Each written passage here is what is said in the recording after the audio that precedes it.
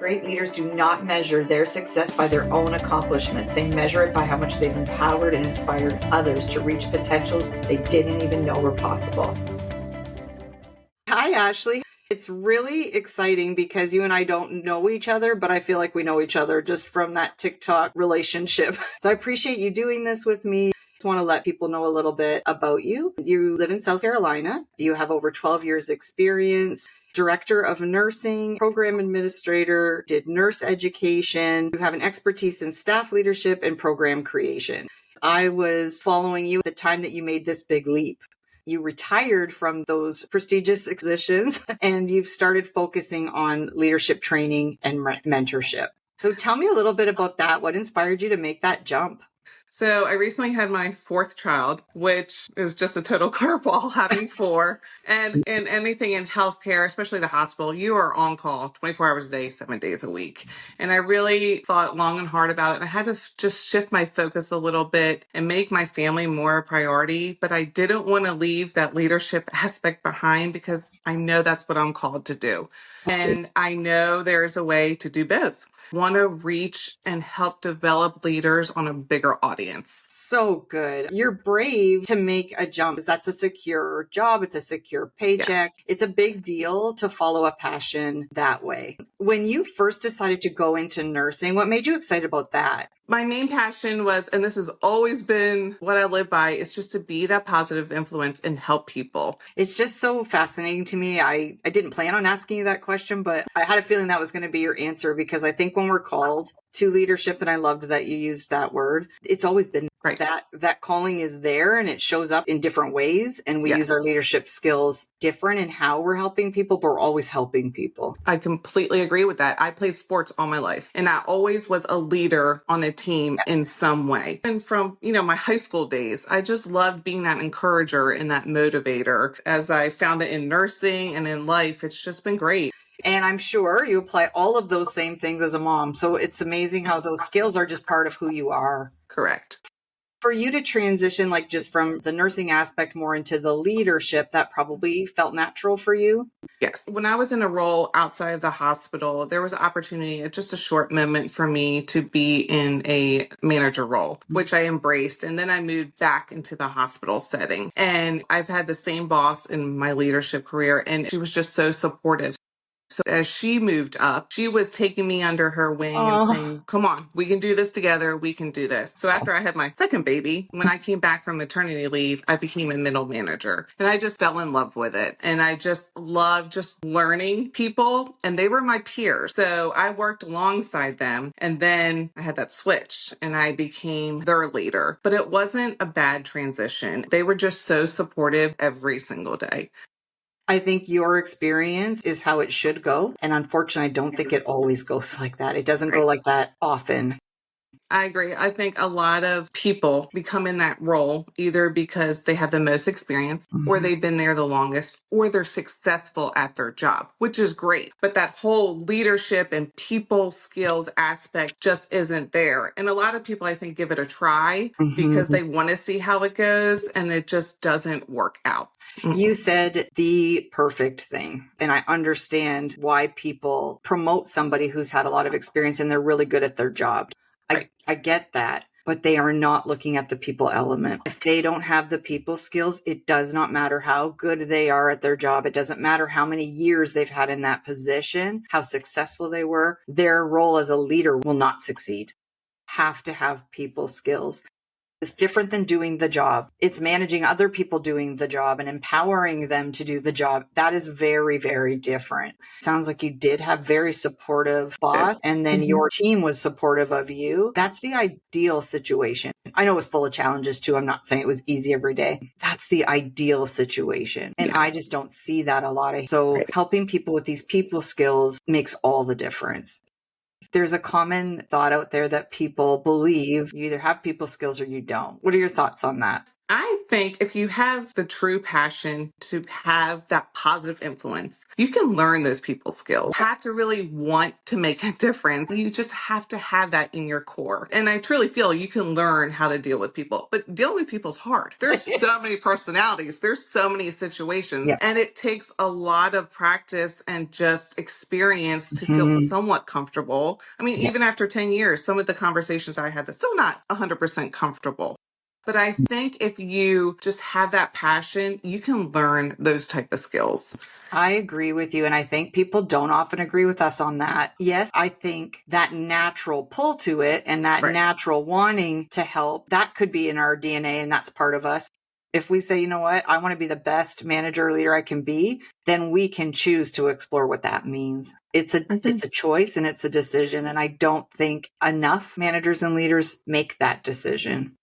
I think they're often thrown into those positions for the reasons we talked about. And then they're Mm-hmm. just running from day one and they're never taking that time to really reflect and Yes. explore the changes that they need to make. So that's where people like you and I come in. And it's exciting helping people develop those skills. If you had to just off the top of your head name some qualities that you believe are like essential for a good leader or manager, what comes to mind for you? My main thing is being trusting. That trust, I talk about it all the time, but it is so important. But there's so many things that go into Yeah. either trusting your leader or your leader trusting their team. I think that is so big. And they Mhm. have to be compassionate. Of course, they have to Yeah. have that compassionate. And now more and more this day and age, they have to be flexible, Oh, yeah, have to yeah. be flexible. They have to understand that we're all human beings and we have life happens. And you Mhm. can't be so rigid and have those expectations because it doesn't work out. Yeah, very, very good. The trust for me, it's a number one piece that has to be built. If we build trust with our people, then when we ask them to do something or we're suggesting that they try something new, there isn't instant resistance. There might be some fear or some Right. doubt, but there isn't resistance or pushback because they trust you. Correct. They trust that you're Absolutely. not leading them to fail. Correct. Yeah. And they know that you're going to support them and they Yeah. know that, you're going to be with them by their side. And Mm-hmm. I think a lot of leaders don't understand that trust takes time. It's Oh, not overnight. I remember it took me almost 1 year when I became that middle manager for me to really feel that my team was on board and that they and I were on the same page trying to accomplish the same things. And it was hard yeah. work. And Yeah. they weren't like, it was a great transition, but it still took some time. And it was me being out there with them and showing that, yes, I feel you. I'm going to help you. I'm going to help you get the work done and support you. That's how that trust, evolves over time. But, Wow. but it's so big and it's so important. So And big. yeah, And what I found just interesting about what you just said is that it was a good transition and it still took a year.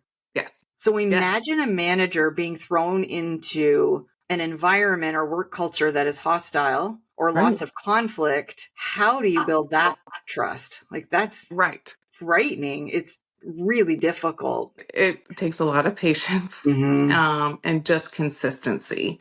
Yeah. And you have to have a plan, whether it's hostile or not. You have to have a really good plan on what type of leader you want to be. What is your current environment and atmosphere, and what are the first couple steps you're going to do to try and change that and make that for the better. And Mm-hmm. and I know you will get that resistance even more so every single day, but you just have to understand that you're doing this for the better and just keep pushing through. And Mm-hmm. eventually you will break through. But it's also, too, just learning your people. And if those are truly resistant and then they just can't get past it, that's a different avenue than those who truly want to be there and want Yeah. to do the right thing. They just need some coaching to get there. Mm-hmm. And often the people who want to do better, to Right. grow, to get along with everybody, they get lost in that conflict. So we have to stay consistent as leaders and we need to be the ones saying this is okay and this is not okay Correct. and put those standards into place and those values in place and have Yes. everybody working towards that. Because then the people who have the right motive and the people who want to do better, they're going to start to rise up Yes. Because they'll feel like, okay, I can now use my voice. Right. I can try something and I'm not going to get harassed, bullied at work. Yes. It's scary and it goes both ways. When you have a manager being bullied by staff, that's still a management ownership issue. Right. And I get a lot of pushback when I say that. But somehow we are allowing this. Correct. As the owners, as the administrators, as the management team. So if a manager is being bullied and that is continuing, then that manager is not being supported by whoever's above them. I agree. That's just how it is. So it's an organizational issue. It is. And there's no true focus on that or, the processes or policies in place to squash that as soon as it happens. Exactly. Yes. And that's why when you become a manager in that kind of environment, you have to be that person with so much passion. Yes. For change. Yes. And the ability to do the right thing when it's hard. And from my experience, a lot of managers fear if they have those hard conversations or really address that conflict that their employees are just going to leave. And they might, but you don't want those negative people who bring down your team. And I see that all the time. That fear is there. Well, I'd rather have someone who's maybe not on board than no one at all. But they hear it, but I don't think they fully understand that one person can bring it down. And they have to address that quickly because it's just a spiral. It just continues to happen. It does. And they don't understand. Like out of school, you don't need 15 bullies. One bully can make school terrible for everybody. One person can do that.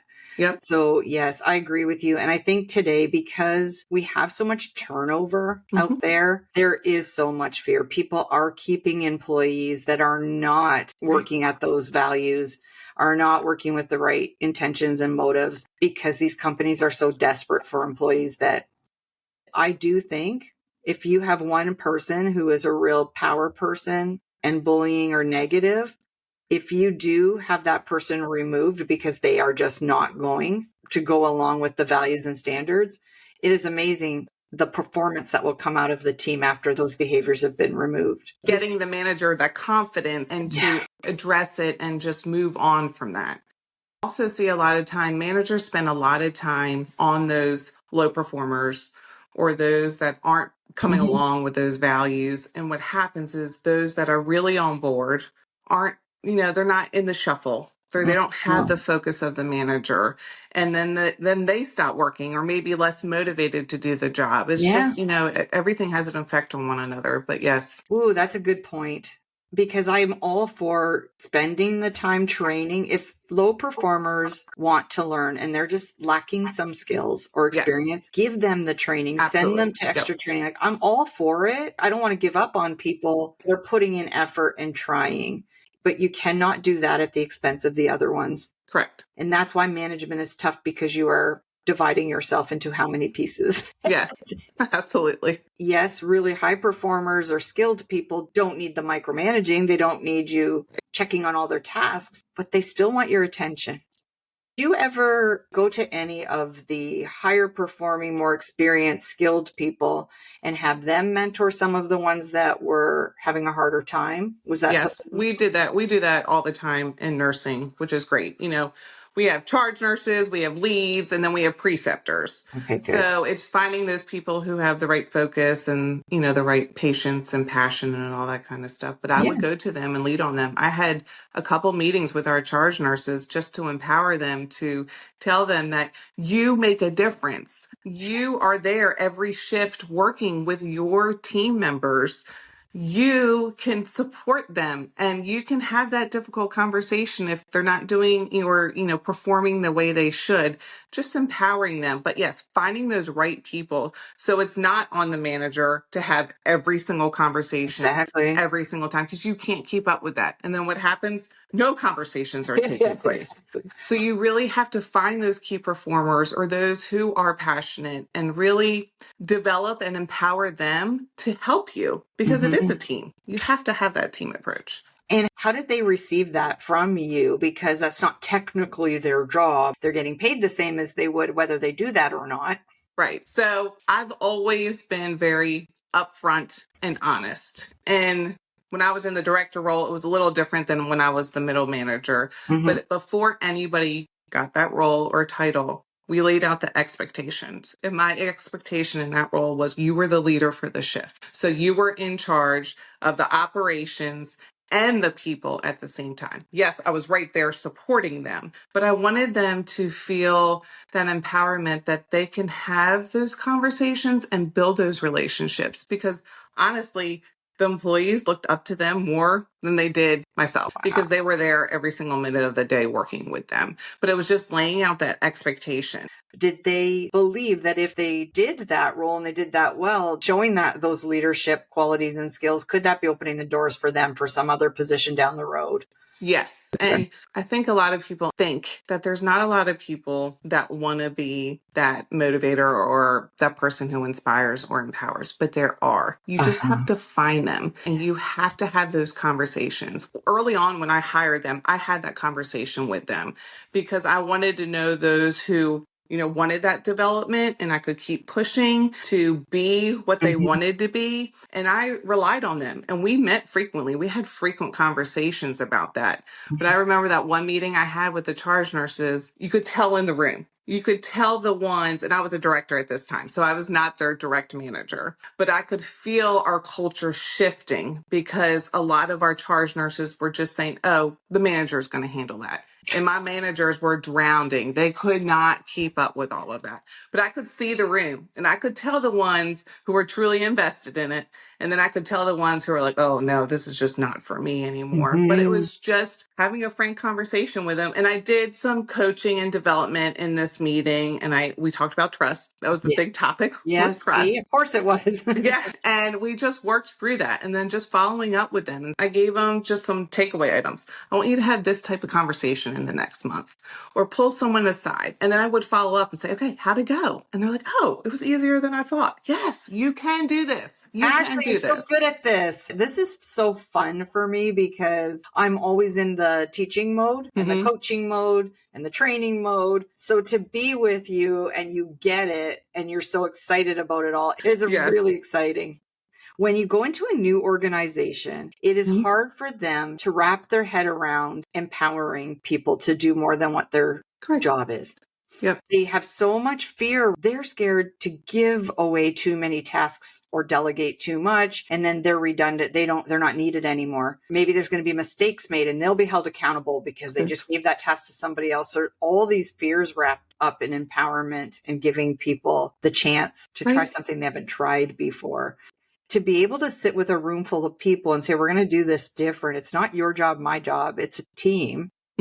Everybody can have these conversations together. That's huge. And had they experienced that before you did that? No, it took a lot of preparation. I was trying to change the culture of that position. It was just great because the feedback was positive for the most part. And I could tell a difference. They weren't so scared like, oh, can I tell her that, she's not doing it? Yes. Have that conversation.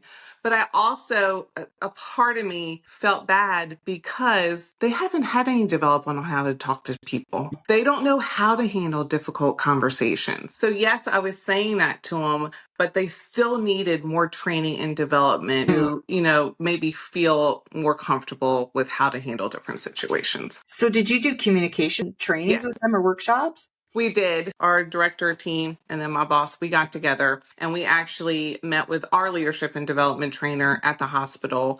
And we came up with a syllabus of the topics they need to develop or they've never even heard of. And it was an 8-week series. Directors were not in the meeting and the managers weren't in the meeting. So we did it for our leads or assistant nurse managers or charge nurses, that's what we call them. And then we also did a series for our managers. That was great to just fill that gap and just have someone neutral.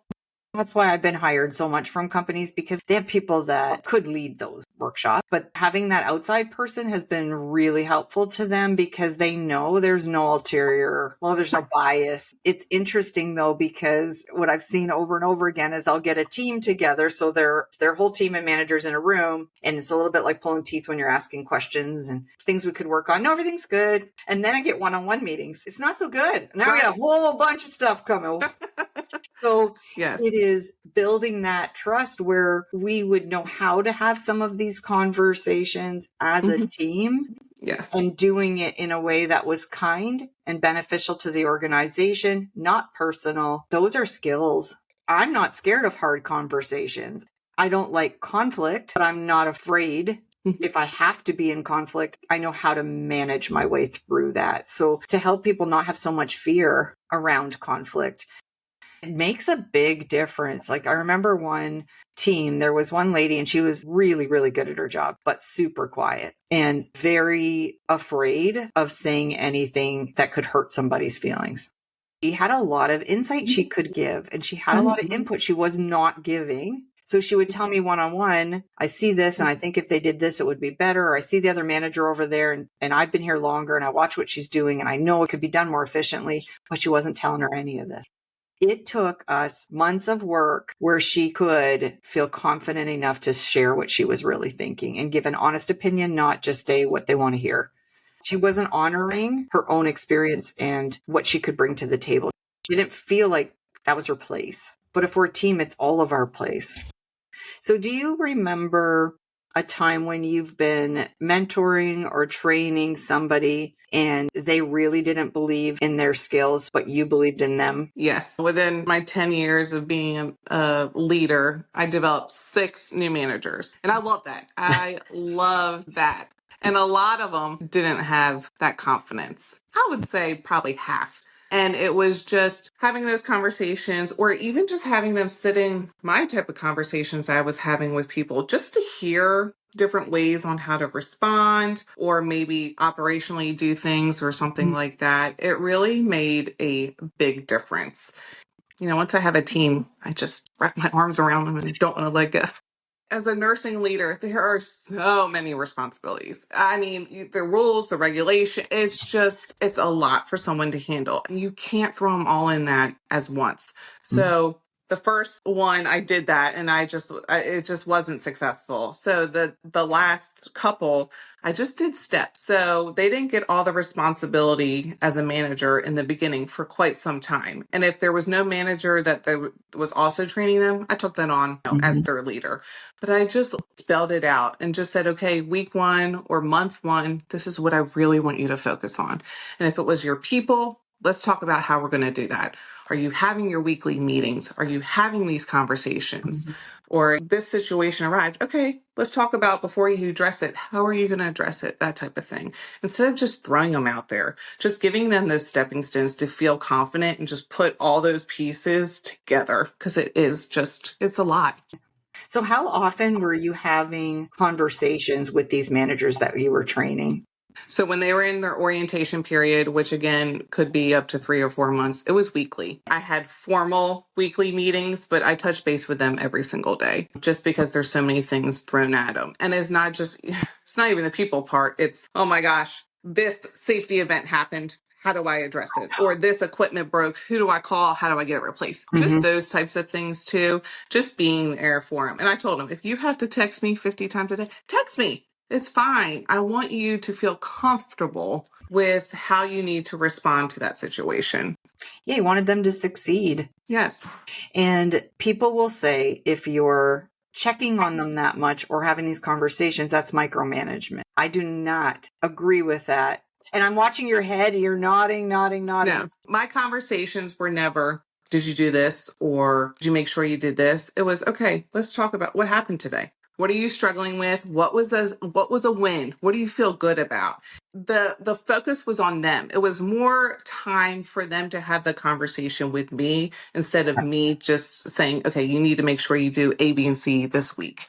It never was that type of way. And there's the difference, Ashleigh, because it was actual conversations. Yes. Sitting with somebody twice a year for a review or quarterly is not the same as building a relationship with them. And they know they can call and ask a question if they have one. They know that you're going to back them up if they need help. So that ongoing dialogue to me is, well, it's a big part of my training. It's not a checkup, making sure they're doing their job. It's a check-in to see how they're doing. Correct. Just touching base with them. I know with one company I was working with, the VP, he said, there's a lot I can't get to in a day because I'm constantly putting out fires. And it's always me putting out those fires. And I remember saying to him, when you empower other people to learn how to put out those fires, you will be able to focus your time on the high level things, those big priorities. So it's great that you're there for your people and you're helping them put out those fires. But my suggestion always is after the fire's out, use that as a case study with your team and say, here's exactly what I did when this happened. They gain that experience. And every time that happens, you've got more than just you that knows how to do it. Again, that's ongoing dialogue. Right. And that's how you see, how do they respond? Are they reserved with this type of situation? Yep. They feel more comfortable with this. That's how you start to learn their strengths and weaknesses. So you can Mm-hmm. just build upon that. It has to be a part of every day or every week conversation, because you have to know your people. You have to get to know them. Isn't that interesting? But do you think everybody gets that? No. Oh. No. Karen, I think the biggest, frustration I see with organizations and business is they put so many other things in the center, which could be, in healthcare, it's the patient. Absolutely. But the people taking care of them need to be right with them. And if it's not communicated from the top down, Mm-hmm. as leaders, if I'm coming in that role and all I hear is results, results, results, outcomes, outcomes, outcomes, and not investing in your people, then I'm not going to do that as a leader. And I'm not going to invest that time in my team because, one, maybe I didn't know it was what you needed to do if you're a new leader. But two, there's no emphasis on that. When you say your people, it's learning them. Someone else has a great quality doing something, put them on that special project or task or patient, whatever it may be. And then if other person has another quality, put them over here. It's just taking the time to do that. And a lot of people don't carve out that time in their day or week to do that. I'm agreeing with everything you're saying. Observing and watching how people are, their interactions. I mean, I've been doing this a long time. I can tell when something's up with people. I can feel it. I can see it. So if you're not spending the time observing, getting to know your people, how are you leading them? In nursing, yes, I'm a nurse, but there are areas in nursing where it was not my experience whatsoever. Yeah. I even had a huge radiology department, which I didn't know radiology at all. But I literally for 6 months, all I did was watch and I just observed and I just asked questions and I learned their personalities and I would hear through my manager, okay, so this person's strong at this person's strong like this, but I'm trying to tackle this. And that way I could give them better advice, knowing the ins and out of their department. But I did that by listening and just observing. And you learn so much. Yes, you see how people handle stress, what their outlook is in life. Just listening to things that they say, you're like, oh, that's a really positive person, or that's a really compassionate, empathetic person. And I think leaders with managers especially need to be watching those things and then going and pointing that out, saying, you know what, I just saw how kind you were. Or even telling a team member, like, I just saw what you did for your coworker. You didn't even know I was watching. I just want you to know I noticed that. And it was really nice of you. She needed that or he needed that today. You vocalizing that to somebody goes miles with them. I used to tell my managers all the time, tell me the good things, who did something well. So, they would tell me that so-and-so found something on a scan the other day, really calm that patient down. Well, then next time I was rounding and saw that, I'd be like, hey, I heard what the amazing thing you did. Also shows that my managers and I have a strong relationship and we communicate well. And it told that person that their manager cares about them because they went to you and told them. Now their trust level goes up even more. It takes a long time to build relationship, but we can't do this job without that. I don't know how much more I can say that over and over again, that you need to build relationships. In nursing, and I'm sure it's like this everywhere, my focus, yes, was on the people and to support them, but also fixing those broken processes so they could be successful, which was supporting them in a different way. And I feel like my success was great because I listened to them. I would say, okay, this happened. What went on? What was the gaps? Truly listening to them in all aspects is just so important. It really is. I think what happens, that gets lost because when managers don't have the mindset that you have, then they think that's a bunch of complaining. Mm-hmm. And there are people, and you can go on my videos and just read the comments where it is, this generation soft. Everybody needs to just pull up their socks and do their job. And you don't need compliments. You need to just do your job, get your paycheck and shut up. Who wants to work like that? Every time I get those, I'm like, this is exactly why I do what I do. Thank you. Yep.